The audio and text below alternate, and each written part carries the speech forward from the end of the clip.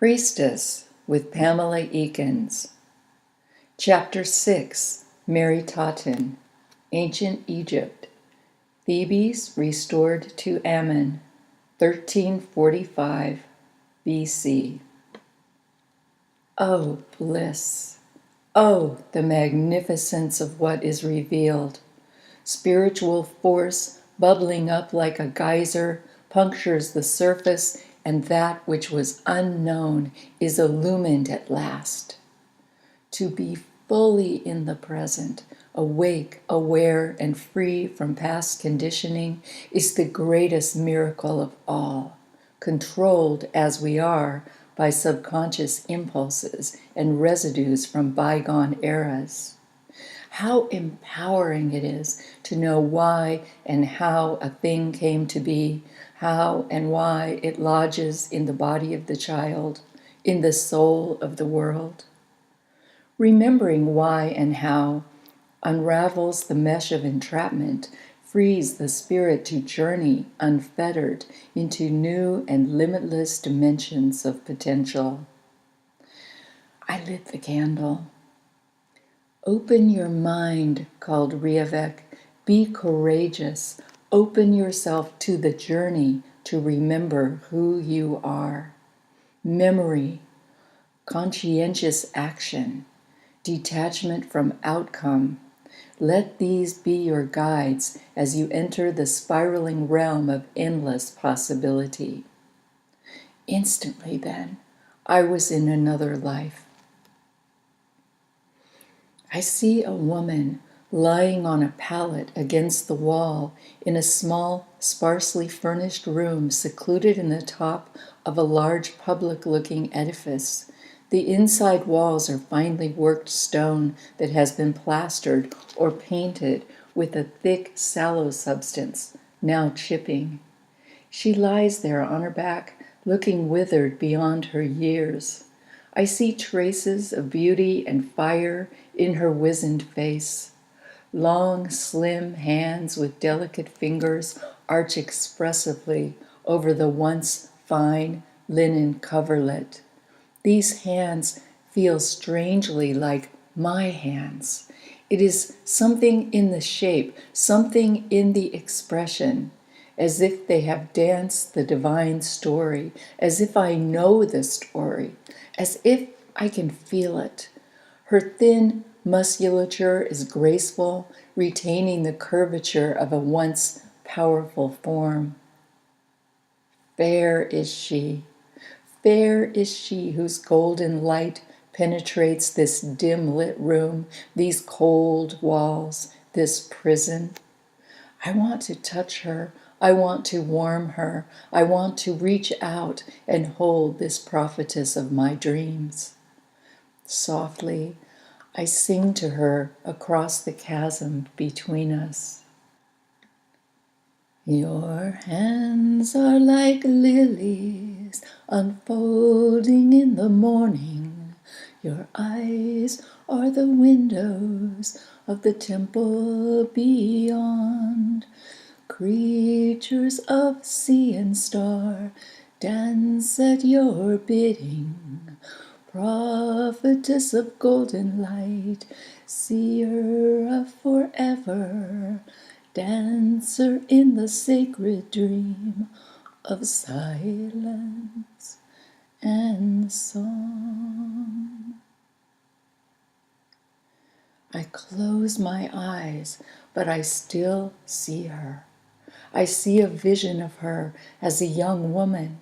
She places a small alabaster bowl filled with consecrated water before a faience image of Isis nursing a baby at her breast. I am aware then that the prophetess speaks. Her voice is low and shaking. You are not one of the 42 I expected to see at this time. Although you are a goddess, you are not the goddess Mayat who would stand with the scales to weigh my heart. The old woman turns her head away from me and sighs. She looks toward the windowless wall. There is a vent near the ceiling, a dirty yellowish ivory that has not been painted for a very long time. She addresses the crumbling plaster, murmuring so quietly I can barely hear. "How does a heart weigh?" she asks, "who has abandoned its priesthood?" She moves her face back toward me, slowly turning her head, and I can see that her thin gray hair is matted. She locks onto my presence, and for a moment her listless gray eyes brighten in the weary sockets. "You are not Isis," she drawls with effort, "who wrapped me in loving wings as I rocked on the cold stones of the Queen's chamber." Her attention drifts, and she whispers, "Isis, did your heart say I had left you?" Perceiving me again, her eyes narrow and her voice grows firmer. "You are not Sekhmet, for whom I was named," she says, "for your head is not the head of a lioness.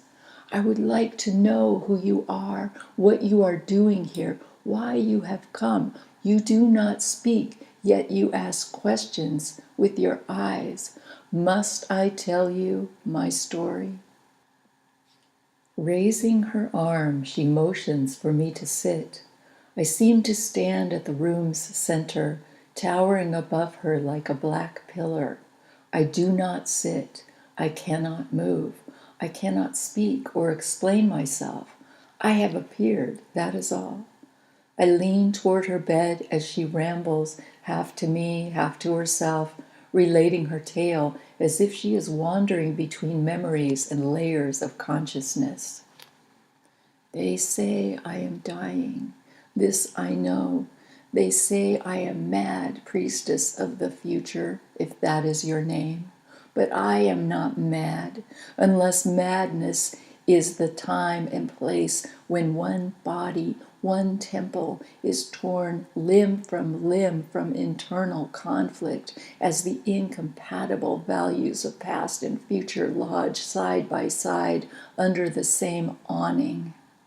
I am not mad unless one becomes mad when past and future begin to switch places so that in one lifetime the priestess jumps forward and back and becomes confused.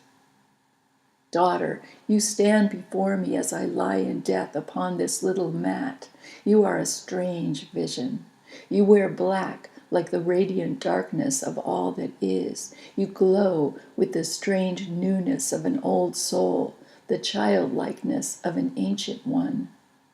You are a goddess, and yet you are not.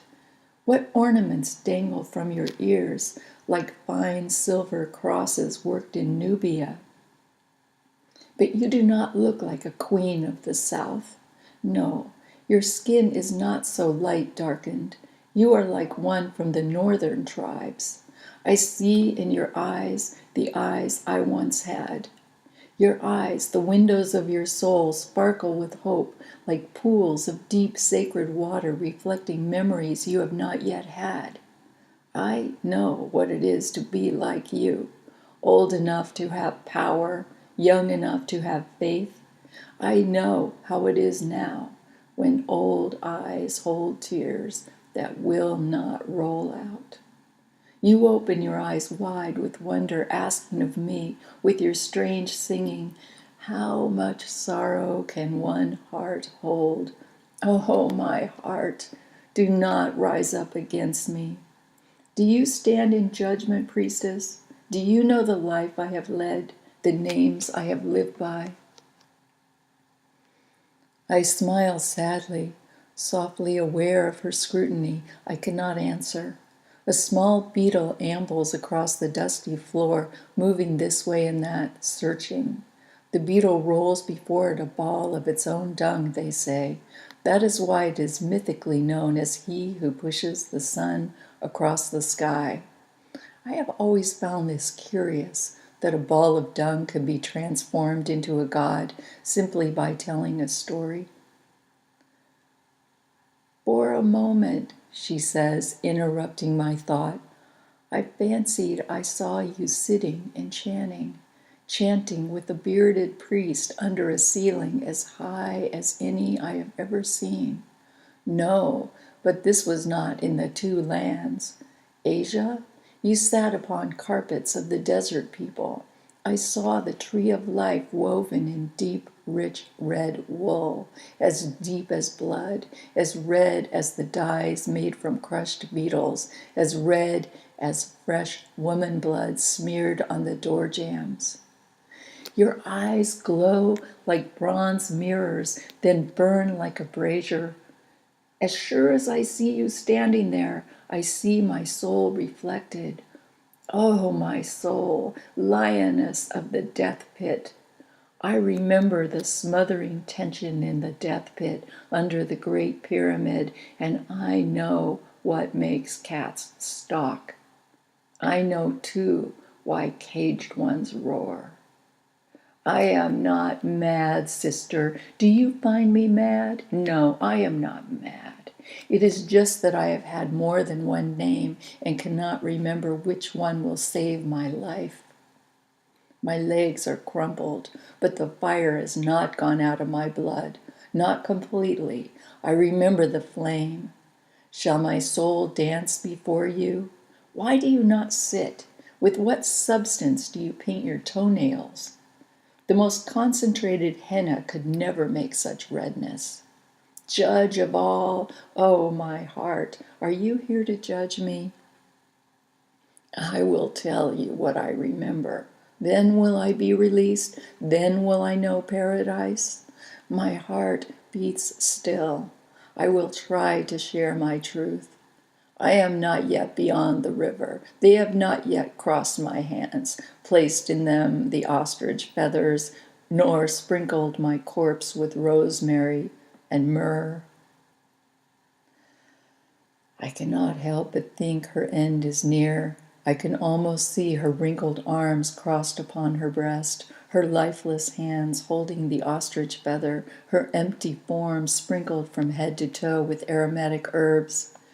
She shifts as if trying to get comfortable, moving up on her elbows, sliding her hips and torso over, grimacing slightly. She is in pain. Pain spasms in her legs. Eyes closed, neck muscles taut. She must relax before she is able to go on. Listen, sister, I am Sekhmet. She speaks haltingly, choosing her words carefully. I am Sekhmet, violent heat of the sun. I am priestess to the goddess Isis, or at least I was Sekhmet. Then I was Meritaton, then Sekhmet again. This is the part that is not so clear.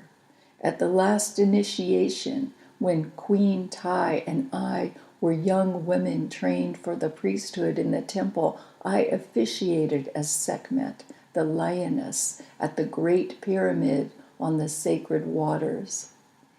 I will tell you of that if you will listen. Look at you there, golden hair wild upon your head, indigo waters in the pools of your eyes.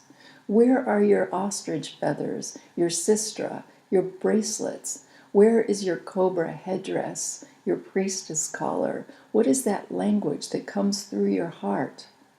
No matter. I will tell you. This is how it was.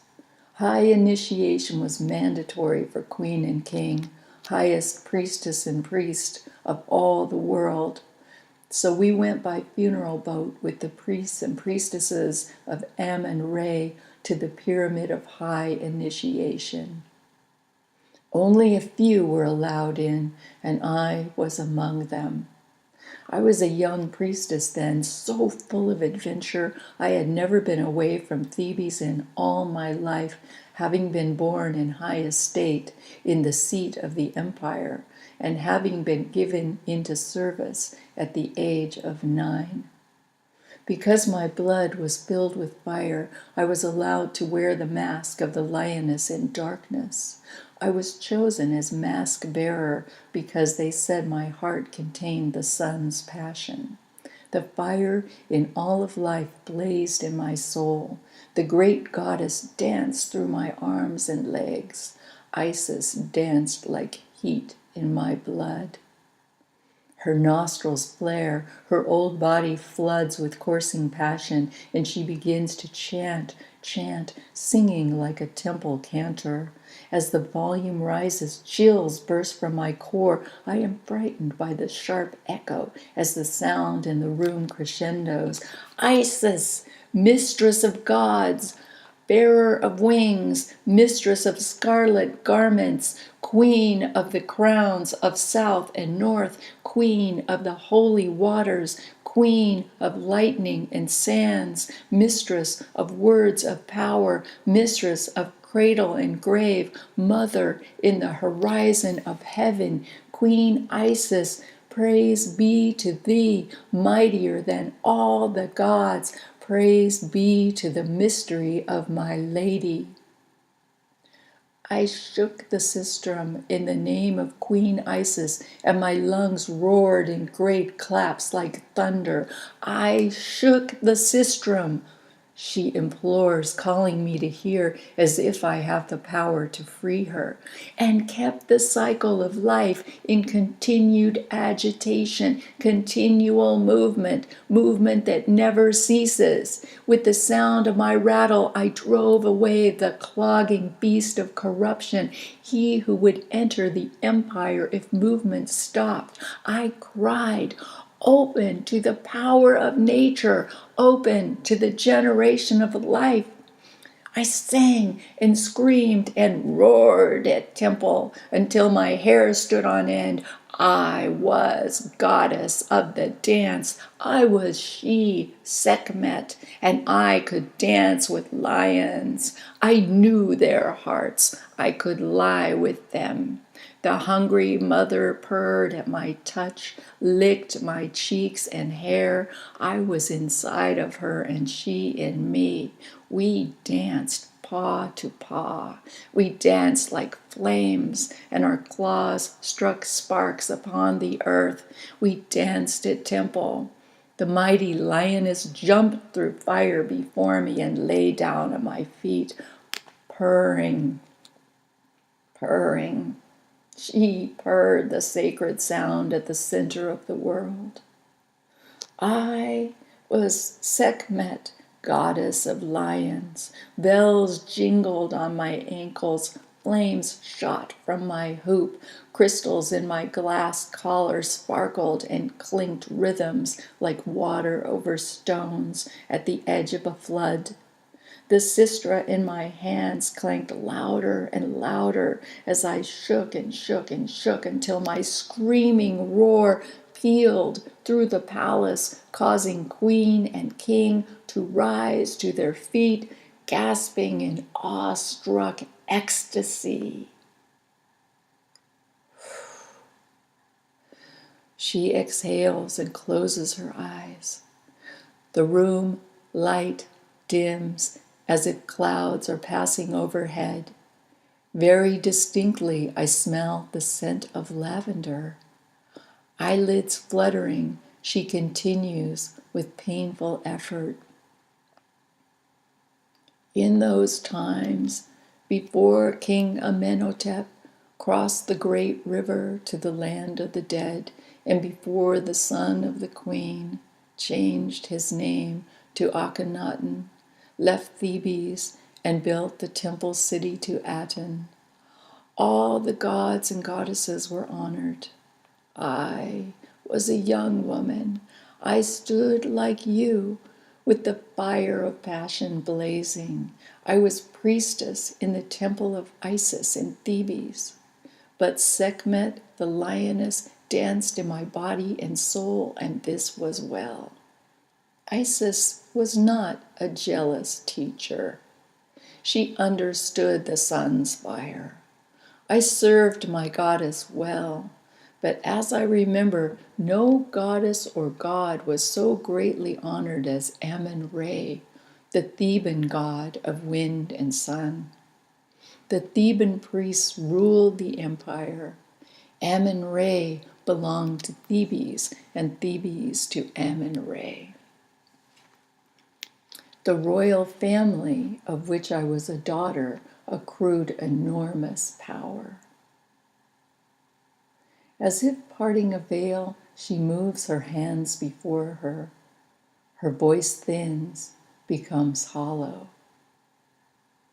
My vision grows clearer just now as I remember the darkness. How my eyes adjusted.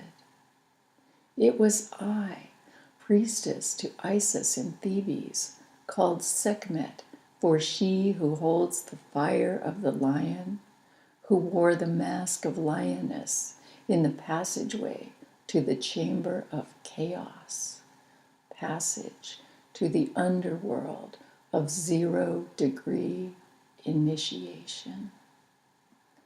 We had journeyed down the great river, the two-way road beneath the river of sky above, over which sail sun, moon, and stars each night, and the river beneath the ground upon which the sun and moon return.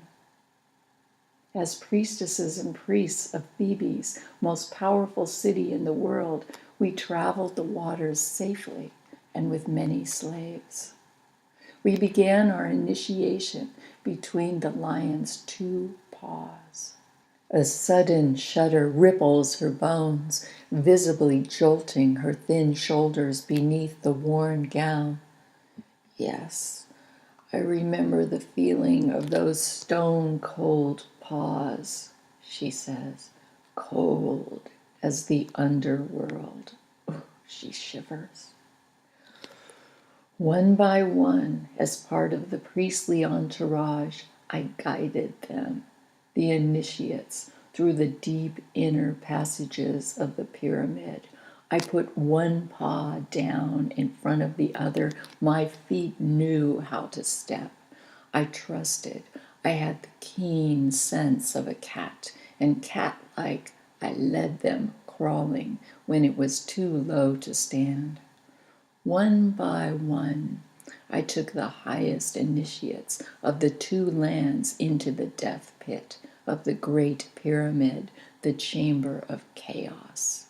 There, they began the journey through the place of crossing the water of life to the hall of darkness, to the hall of truth in light, and then to the Queen's chamber, the place where Queen Tai met her soul. Oh, my heart, to meet one's soul. The Queen's chamber was the womb of the second birth, high up in the pyramid. In the Queen's chamber, some crossed into the land of the dead and did not return. It was in the Queen's chamber that my queen, Queen Tai, stayed still, locked in the body case, semi-lifeless, on her inner journey for 7 days and nights, and her mind traveled. Her mind traveled, and she met her soul's vision. All of life is light. All of life is light. This vision was a gift of power. In opening to receive it, my dear queen became a goddess. Oh, to become a goddess again, to feel the blood of divinity coursing through your body, to feel the eyes of the goddess seeing the world through eyes in the world, to feel your hands and feet doing the work of the goddess, dancing the goddess's own dance. Oh, bless my soul, I remember. I remember when we removed the top of the casket, our beautiful queen was deathly purple. She remained unconscious, nursed by the queen mother of the king and 100 slaves. Entranced as she was, she did not know Sekhmet had led her in and led her out again. But I was Sekhmet, and I had stayed with her there in the queen's chamber for 7 days and nights. I had stayed there, shivering at first. The memory, though dark, is stark and clear. I can feel each moment as if I am there now. Time seemed to stretch interminably. Even the cosmic fire could not keep my body warm.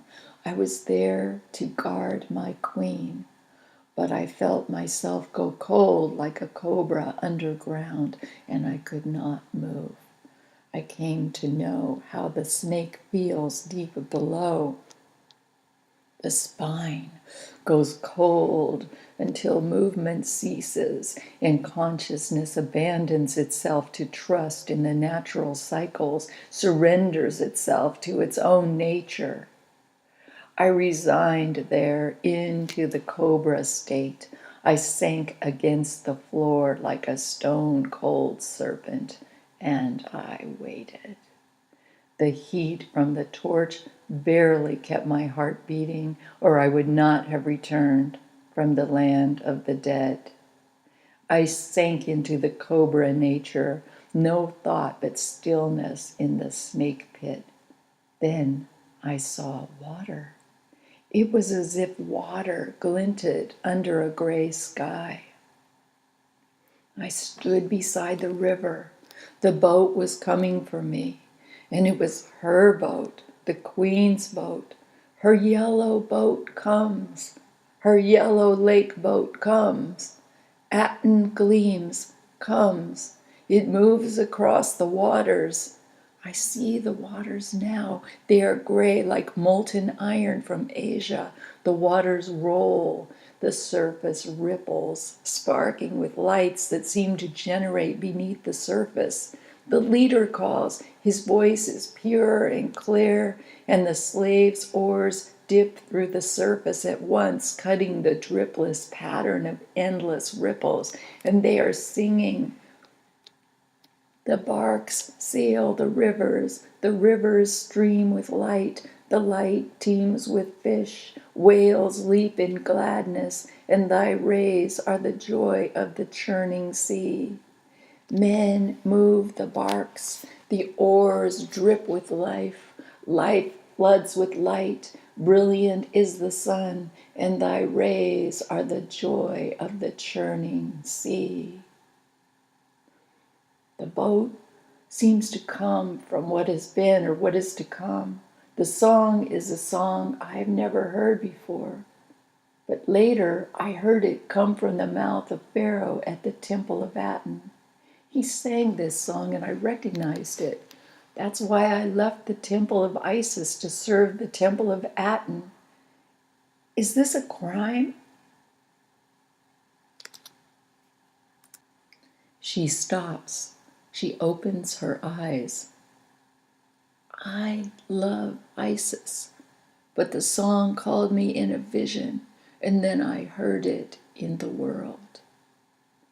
The woman closes her eyes and smiles, as if smiling in her sleep. I see the slaves. They are laughing. They are happy. No cracking whip pains them. Painted on the yellow boat's side is the turquoise sun, with lapis rays streaming down like arms with hands. I can see this sun now as if I am there. Each hand holds a golden ankh, the symbol for the womb of the goddess, generating essence of all that lives. I feel her arms, the arms of the sun, reach out to embrace me. She calls me to the water's edge. I stand upon the shore, and the boat drifts in upon the sand. The men place a stairway before me. A priestess leads me onto the boat to a dais in the middle. I sit upon the dais like the queen of my own funeral. I no longer wear the mask of Sekhmet. The light is so bright, even the power of Sekhmet cannot contain it. The rowers row. 1, 2, 1, 2. Can you feel the rhythm? And I am carried on silver waters. Fish jump before our bow, flying into the sky and back into the water. Glowing rainbows appear in all directions, everywhere the enchanted eye turns. The priestess kneels before me and places a golden ankh in my hand. She says, "This is the key to the temple. It unlocks every door. With it, you will open the stores of loving kindness." She stands up, bows, and moves away. An unmoving I hold the key. Then we are on the other side, the land of the dead. The dead come to meet me. They sparkle like gold. They glow golden with silver light, with everlasting beauty. They take me among them, and a young girl steps forward. I ask her, "Where is the temple of loving kindness?" I ask her this question as I hold the key to the stores in my hand, and she answers, "It is above the people that walk on the ground. It is above the people, above, below, and all around them. It is not a solid place, but misty, like a pyramid of mist. It is shiny gold, and on a sad day it makes you happy to go there. To get there, go into a deep trance until you can see your soul float outside of you. It floats into a bright gold and shining light, and when you look around, you will see what you imagine in your heart to be paradise. Look around, and you will see your paradise. You will realize you are in paradise. You have always been, and love and light and happiness will mix in your soul until your soul bursts with golden beauty." And the young girl sings, "Rise up, my love, my fair one, come away. Lo, the rain is gone, the winter past, lilies abound, the singing of birds is gone, the voice of the turtle is heard in our land. The fig tree bursts with green fruits, and the vines with tender grapes ripen. Arise, my fair one, come away to the temple of love." The old woman stops, mid-song, remembering my presence. The silent observer, "Wait, I know you now," she says. Her eyes flash open. "That was your voice singing. You are she, Pamela, the messenger from the land of the dead. You come from across the river. Do you not come for me?" I, the observer, am astonished and cannot respond. The old woman continues, "I felt your words, priestess. I felt them in that time across the river. I felt as if I had followed you into the temple. You spoke to me again, saying, 'Then, when you feel the love, you can take it back into your body, the temple of your soul. Your soul will float back into the heart of your body. You will see and you will know that the temple is the heart of your own heart. There is no room for sadness to reside where love has taken residence. Love will fill you. Then you will waken, and then will your heart find its wings.'" My goddess Isis came then. You disappeared. The river was gone. She came and wrapped her wings about me. She wrapped me and rocked me like a mother rocks an infant. She said, I will never leave you. Never, never. I felt secure and aglow in her arms, secure and aglow with that light of love inside me, light and comfort, like a child in a mother's arms. I do not remember riding back across the river, but I woke inside the Queen's chamber. The torch was still lit. I was with her then. I was with my Queen. I guarded her. When they came to get her, they roused her and placed the golden cobra headdress of highest initiation upon her head. Then the high priestess of Isis turned to me, looked into my eyes, saying, Guardian of our Queen, you too have seen. And she placed a cobra crown upon my brow.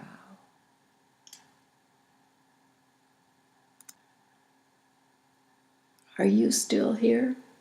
Are you still here, priestess of the future? I remember you now. You were there. You were the young girl in the land of the dead. You were the one called the white mourning dove in the tree of life. It was you who led me to the temple. It was you who led me to my own heart. I see you, and then I see you not. My eyes are dim now. It does not matter. I must remember for myself. I must remember, for the weight of my heart is heavy, and my own dear heart stands in judgment. I must remember now, because I know the funeral boat comes. I can feel it coming closer. Aten gleams. Aten gleams. I can see the massive limestone stelas towering over the valley of the temple city of Akhenaten, the horizon of Aten. The old woman rolls her eyes from side to side as if she is scanning a landscape. Her hand grips the edge of her cover. Their beauty tells of Pharaoh's rise, just as the vandalism tells of his fall. Not Pharaoh's fall from grace with Aten, for that could never be, but his fall from grace with the priesthood. Akhenaten was the little child born to my queen after her initiation. He was born to Thebes as Amenhotep IV after his father, Amenhotep III, rests in Amon. Akhenaten was not well. My queen was a physician, a master healer, but she could not magically heal the baby inside her. As she gave birth, I stood by with all my charms and medicines. The baby came out of the womb of Queen Tai and was laid on the pillow, small and flaccid. He did not move, nor did he breathe. I had seen births, but not one like this. He seemed unformed, and his little legs were twisted. His eyes were open but glazed. The nurse who was standing by breathed breath into him, and he coughed a little. His cry was not a normal cry. I felt he departed the womb too soon, for he was not yet formed, yet his parents said, he will be king. And the head of the military, proclaimed him to the people as Amenhotep IV.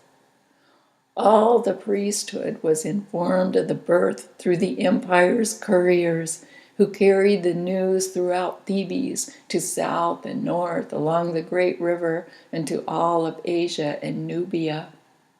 We did not know then that he would become our pharaoh, that he would build the temple city, that he would transfer the seat of power out of Thebes. We never expected him to live. The horizon of Aten.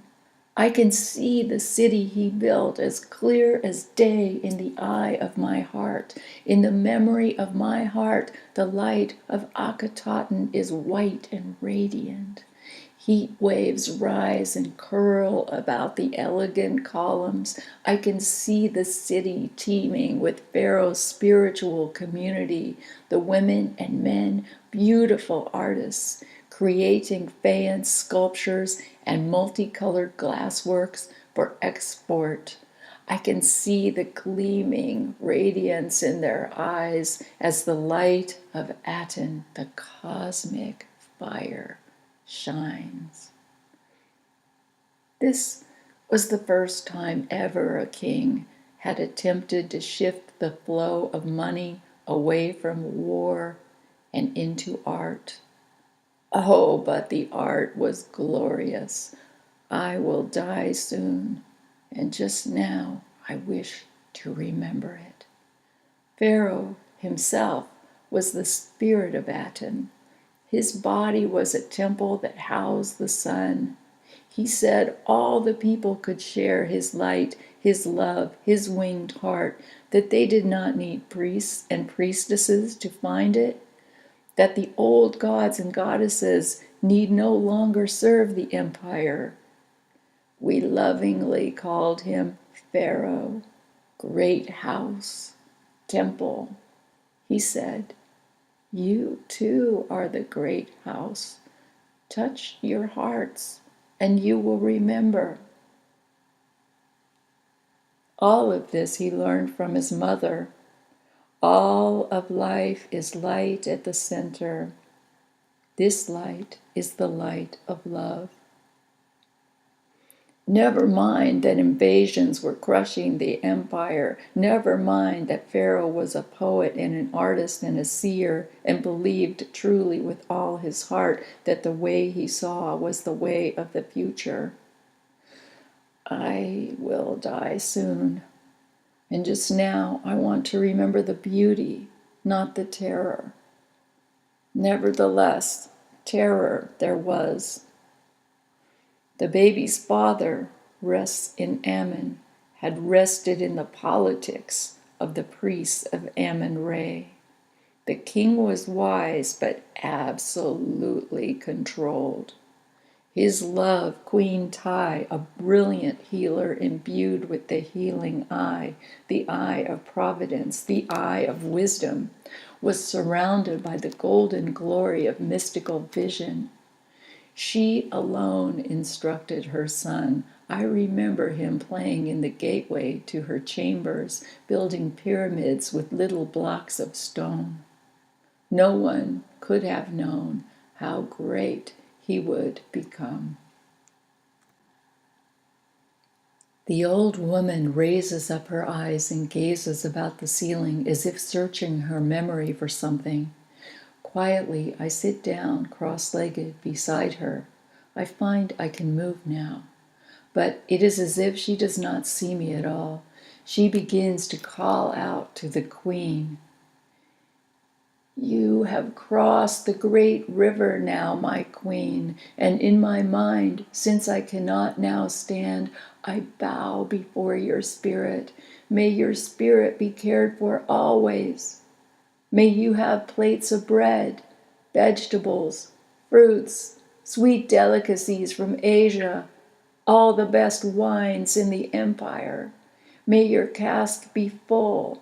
May you drink the finest. May 33,000 scarabs always bear your name. She shifts her concentration to the beetle now crossing her bed. Her bony old hand trembles. I am old, and I must remember, so my own heart will not betray me. Her mind wanders, her eyes roll back, her jaw quivers. I remember just now the warmth of Akhenaten, she says. On a beautiful, brave, and rare day in Thebes, Amenhotep became Akhenaten, the living spirit of cosmic flame. How striking was the ceremony, how much I knew he spoke the truth that day, for I, too, had learned that loving kindness is contained in the temple of the soul, not just in the temples of priestess and priest. I became his follower. I followed him. Me, I, who had served as Sekhmet in the temple of Isis. I followed him, my beautiful queen's son. I knelt before him in the glorious city to the cosmic fire of the sun, and he named me Meritaton, beloved of light. As he touched my bowed head with the ostrich feather, the seeing eye of my heart opened as it had never opened before. By the truth of Aten, my vision was made whole. I truly held the key to the inner temple of loving kindness, and at this temple I worshipped daily. You must know, though, how the infrastructure of the empire began to collapse, how the priests, who no longer received silver from the people, plotted against him in every alcove. They would tear out his heart and feed it to the jackals so his soul would never enter into the land of the dead. She pauses, clenches her eyes, coughs, inhales, then relaxes. I can feel the warmth of his hand now as he takes hold of my own cool hand. She is looking up, reaching out her hand. So convincing are her actions. She seems to be touching him. We stood by the lotus pool at the palace. The day was warm, the sun bright. He said to me, "Dearest Meritaton, you must carry on my teachings, for they come not from me, but from the innermost reaches of life itself." Oh, I remember, my Pharaoh. They come not from me, but from the glory of Aten. You must tell them, Meritaton, tell the people they are free. They need not tithe to the temples, nor feed the spirits of the dead. Dearest Meritaton, help the people see that they can live simply and beautifully in peace and harmony, that truth sings in their hearts, that their hearts have wings, that they can fly to the heart of the sacred, that their own heart is the great temple. Meritaton, invite them to witness the dawn. Open your lungs and let divine song flow through you. Place your hands upon your spiritual heart. Cross your breastbone with your fingers extended like wings. Place your hands like the winged heart of Aten, as you have seen me do every day before the people, as the glory of Aten rises in the east. Sing songs of love to them, and their hearts shall be glad, and they will know they no longer need to fear the wrath of the dead, the gods, and the priests. Such fears have been created out of greed. The priests of Amon have controlled the empire in his name, controlled trade and war and peace, and manipulated the people of the lands. Let us change the world, Meritaton.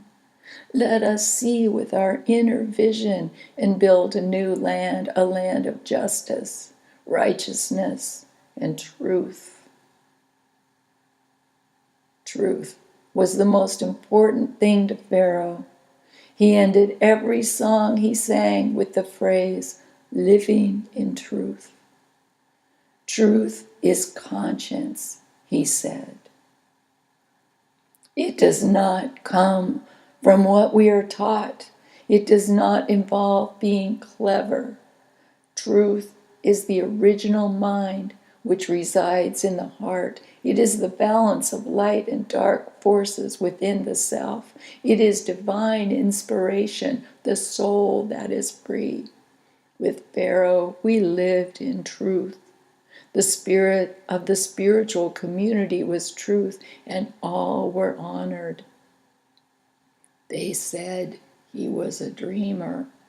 The priests and priestesses said he was insane and strove to discredit him in the eyes of the people. They ridiculed him. They said I was a traitor to the temple of Isis.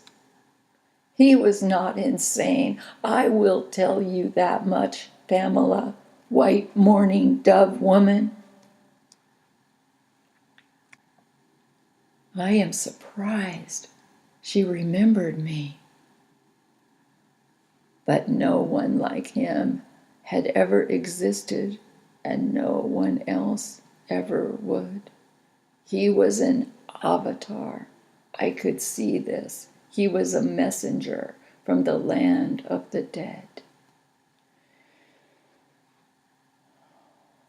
She looked straight into my eyes, her own eyes brimming with life.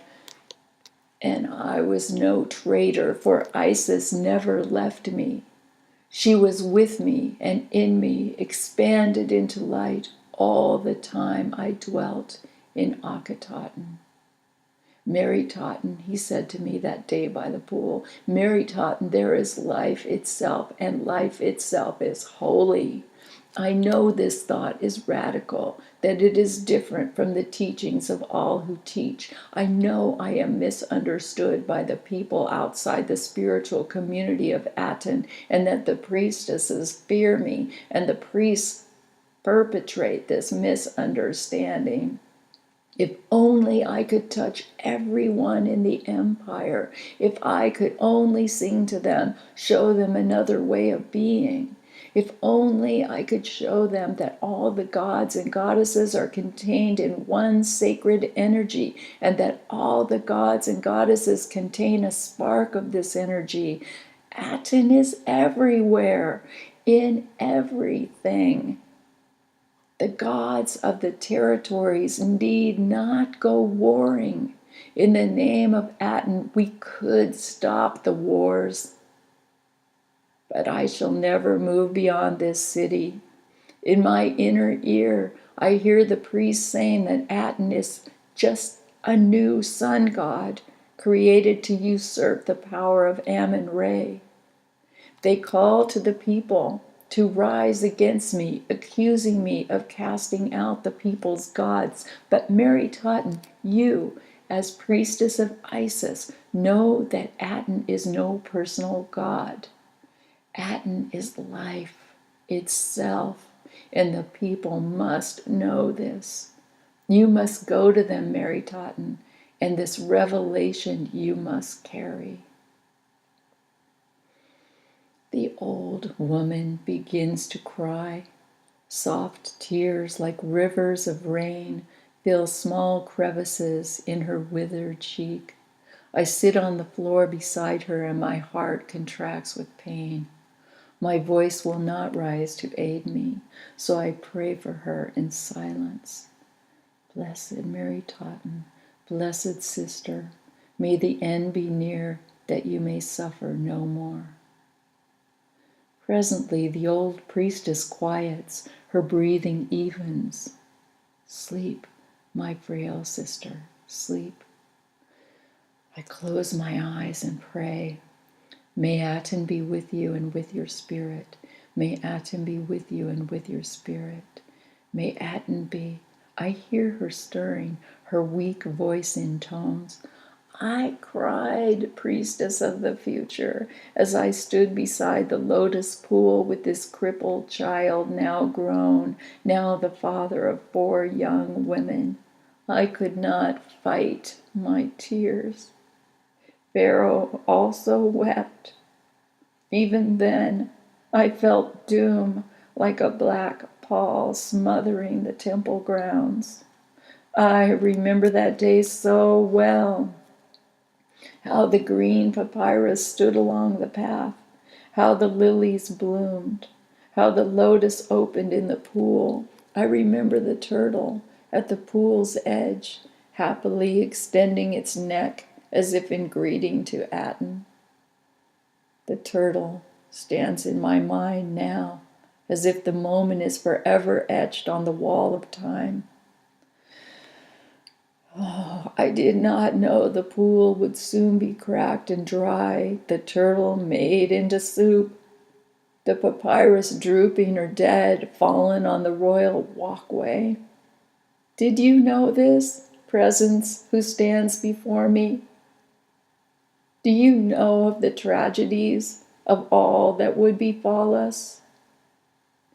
Akhenaten, I had said to him that day as he held my hand by the pool, "Dear Pharaoh, beloved son of my queen, she for whom I was lioness of initiation, Sekhmet, she who holds the violent heat of the sun, dear Akhenaten, son of Tai, goddess of Nubia, flee. In her name, in the name of Queen Tai, I beg you to flee. There is time. There still is a chance. We can help you. We can take you down the sacred waters in Aten Rises. The boat remains untouched at the harbor. I have heard this from my youngest brother who loves you as I do.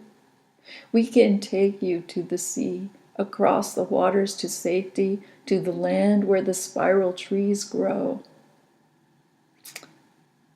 And this is how he answered. "No, no, dearest Meritaton, no," he said to me. "Even in my mother's name, I cannot go.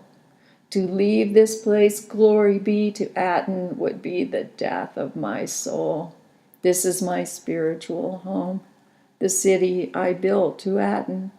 To live any place else would be to live as dead. I will stay. I must stay. Let them come, let them take me, for the eternal life of Aten is mine. Mother and father of all, fire of life everlasting, remember my song, Meritaton. Remember as you walk the two lands and call the people to witness the light." And he began to sing, "Bright is the earth when thou risest in the distance, when thou risest as Aten by day. Bright is the heart when the darkness is banished, when thou sendest forth thy bright rays. Awaken all children of Aten, innocent and loving and trusting as babes, arms uplifted, adoring thy dawning, singing with beauty, thy glory be praised." I remember the song. How often had I heard it sung? How often had I heard his beautiful, clear voice rise, divinely inspired, sailing to the sky.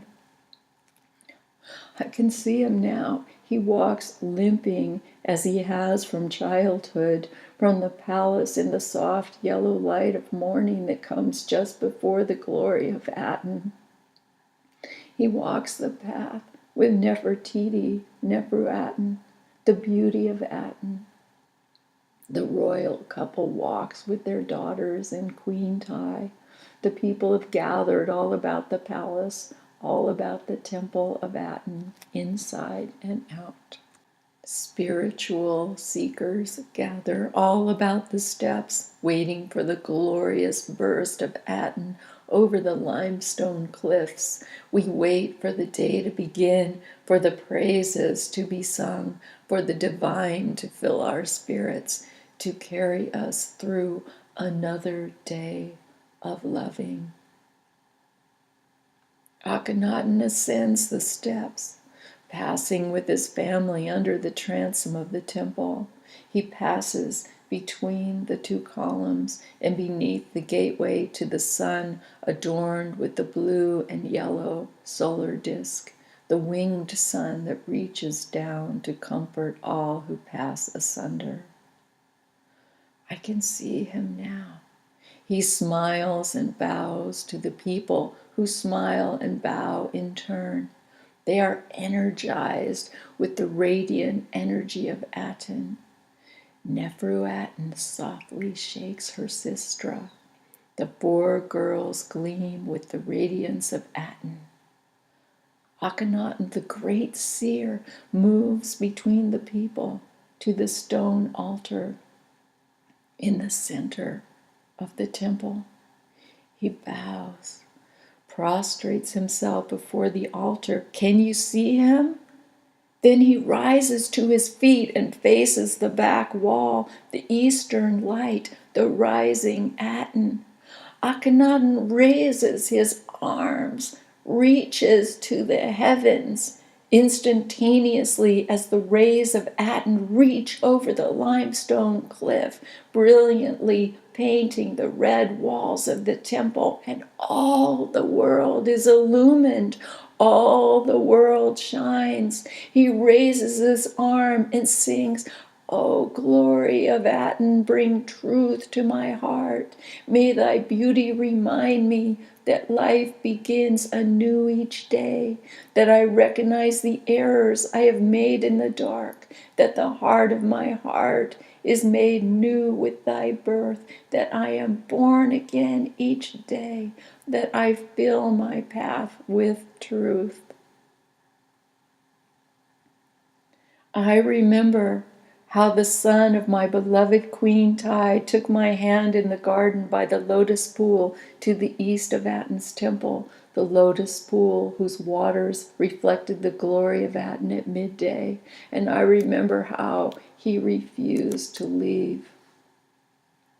Dear Akhenaten, the sickly, crippled boy, the one at whose birth I stood by, the one who would not breathe, the one with twisted legs, he who seemed too delicate to rule, he whom none expected to live through boyhood.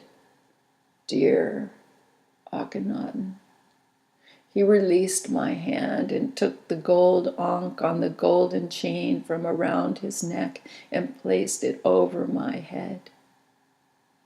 I cannot take this, I said.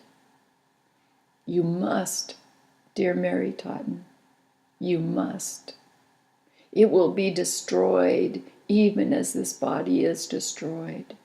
The priests of Amon will come. Take it, Meritaton. It is enough that the high priestess to Aten, Neferu-Aten, has fled with her daughters to safety, and that my mother is protected. I am resigned, Meritaton. I must never leave the gleaming horizon of Aten again. Take this ankh, beloved priestess. Take it in the name of Queen Tai, she who wore it with humility, she who taught me the love of Aten. Take her ankh, wear it in pure spirit, pure truth. Take it out at dawn. At dawn, expose it to Aten. Feel it gleam when you sing the praises of Aten before the people of our lands. Akhenaten bent and kissed the golden ankh that hung between my breasts. He turned away from me then and walked with his limping gait toward the palace. I bowed to his shadow, but he saw me not. He never looked back. I never saw him again. I am 60 years old. I have seen what has transpired, and I shall speak. The priests of Amon-Ra took me to the temple quarter. the place Akhenaten had named the brightness of Aten the Great in the city of the brightness of Aten. And as they restored the Theban temple, they restored me to Sekhmet, priestess to Isis. They forced me to change back my name. They took his daughters also, the girls he thought were safe, and caused them, through threat of damage to their bodies and loss of life, through threat of loss of their own children, to publicly embrace Amon-Ra, the power behind the priesthood. Like me, they were forced to change their names. Queen Tai and Neferu-Aten disappeared. I know not what became of them. This pains me deeply. Akhenaten, too, disappeared and was rarely spoken of. The temple city of the horizon of Aten was forcibly abandoned. The name of Aten was chipped off the stelas. The spiritual community was scattered apart. Colored glass was smashed in the desert. Songs to Aten ceased. It was as if Akhenaten had never lived, and those who did remember him began to call him the criminal of the ages. Oh, my heart is heavy. My heart is so heavy, strange daughter. I tried to carry his teachings, but I feared my own death. The priests took me, tried to crush my soul, made me live crippled as he was. My own older brother, high priest of Amon-Ra, laughed when they twisted my legs until they broke my knees. He laughed and said, "Now you are just as he was, just as he said you could be. Your body is a temple, just like his, the fool, twisted and smashed." He laughed that I had danced the cosmic dance, laughed that I would never dance again. They killed Akhenaten, I know they did. Little Akhenaten with twisted legs, he who could not run away and would not if he could. They killed Akhenaten and placed Sekiri, the puppet, upon his throne. Sekiri was unequal. He could not placate the people. They found that the only one with an image powerful enough to revitalize the military was Akhenaten's own son-in-law, Tutankhaten, the living image of Aten. Poor Tutankhaten. Naturally, this beautiful boy, the living spirit of his father-in-law, was physically threatened. Naturally, they threatened to torture his wife, Pharaoh's own daughter. Naturally, the priests of Amon-Ra went to great extremes to assure that he appeared as they wanted him to appear. At first, King Tutankhaten planned to do the bidding of the priests of Amon while he strove to devise a plan to restore the universal teachings. But over time, his idealism fell to ruin. With his soul under siege, he changed back everything in the empire, and they rewarded him amply. They showered him with gold. He lived a golden death. They changed his name from Tutankhaten, living image of Aten, to Tutankhamun, living image of Amon. He was forced to restore the name of Amon-Ra to the stelas. He was forced to strike the Aten from the record. The city of the brightness of Aten was restored to Thebes under the power of Amon-Ra and the self-interested priesthood once again. Oh, I am dying. My name is Sekhmet. I must remember. I have worn the robes of lioness. I have danced light into dark passages. I am dying. I see the funeral boat coming. Yes, yes, it is coming. I see it sailing upon the floor. I see the boat named Aten Gleams, Queen Ti's lake boat. It comes for me. Oh, my heart is heavy. I see you, strange observer, standing there as witness of what is, and I am telling you the peaceful ways of the royal family sent the priests of Amon into fits of anxiety as they watched invasions into the empire. The Hittites came laughing at our peaceful queen, and her king, Pharaoh's father, stepped not to stop them. They said he should dispatch the entire army.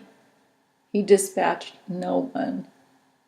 And Pharaoh, after him, dispatched only a small company. The priests were livid. The Hittites pushed the boundary, and the boundary fell away. I'm trying to remember. The Hittites were amused by our weakness. They laughed at Pharaoh's twisted legs. They said he was no god, that he was not even a man, but he was a man and a god. This I remember clearly. My name is Sekhmet, but Meritaton is in me too. I must not speak the name he gave me. I must not let it slip through my lips before them, the priests, for they will hurt me more. In my mind, I cross my hands over my breastbone. I cross my hands over my mouth. Keep quiet. What is life, my judge, when it is living death? I would like to gladden my heart again, to leap from this bed and dance as the people of the spiritual community of Aten would dance. I would like to dance the voice of truth. I would like to peer through the multicolored glass at the beauty of Aten's rays. I would like my heart to fly. But when I think of Queen Ti now, and her baby boy born with twisted legs, my heart wads up like a twisted rag. When this body ends, and this soul crosses the great river and comes before the court of Osiris at the great transition in the land of the dead, the 42 gods and goddesses will ask me, have you killed? Have you stolen? Have you stolen from a child? Have you lied? Were you deceitful? Have you borne false witness? Have you slandered? Have you eavesdropped? Have you committed adultery? Have you committed reviling deeds? Have you committed crimes against the gods and goddesses? Have you blasphemed? Have you stolen mortuary offerings? And to all these questions, I shall answer no. Then, they say, my heart shall be light as a feather, light as the ostrich feather of she who holds justice. Mayat, light as the ostrich feather he held in his beautiful hand when he named me Meritaton. They say, my heart will be light as a feather, and that as I prepare to enter paradise beyond, I will be judged by no god, not Mayat, not Osiris. I will be judged by the weight of my heart alone. What is the penalty for witnessing cruelty in the name of the sacred? What will the tariff be? I move closer then, me, the observer. I sit on that cold plastered floor and pray. I pray to Osiris. I pray to Isis. I pray to Mayat. O goddesses, gods, O Aten, Aten, Aten, O all-seeing eye of providence, O all-knowing eye of healing, O power of the Ankh, O holy sistrum, purveyor of the energies of all that has been, is, and shall become, let her soul pass into paradise. Let her heart be a kind and loving witness. Let my own small heart be apprenticed.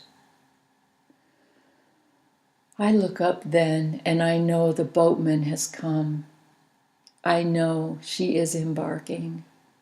I lean toward her, place the kiss of peace upon her forehead. Be well, beautiful dancer. In that moment, a wave of light moves through her wilted form. The priestess Sekhmet shines in gilded silver radiance. Sleep, Meritaton, sleep, beautiful priestess. I whisper, sleep in the sacred dream of silence and song. And very soon, dear teacher, I shall meet you over the river, where we shall serve forever in the temple of love.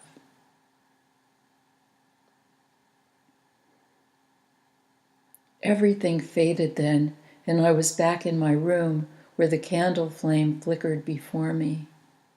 My kitten, the one my son calls Fuli, was meowing in the next room, calling out for a bowl of milk. I shifted my weight on my cushion. My leg was asleep. Just a minute, kitty kitty, I called. Wait, said Riavek, be still. What have you learned from Sister Meritaton? I returned my thought to the meditation.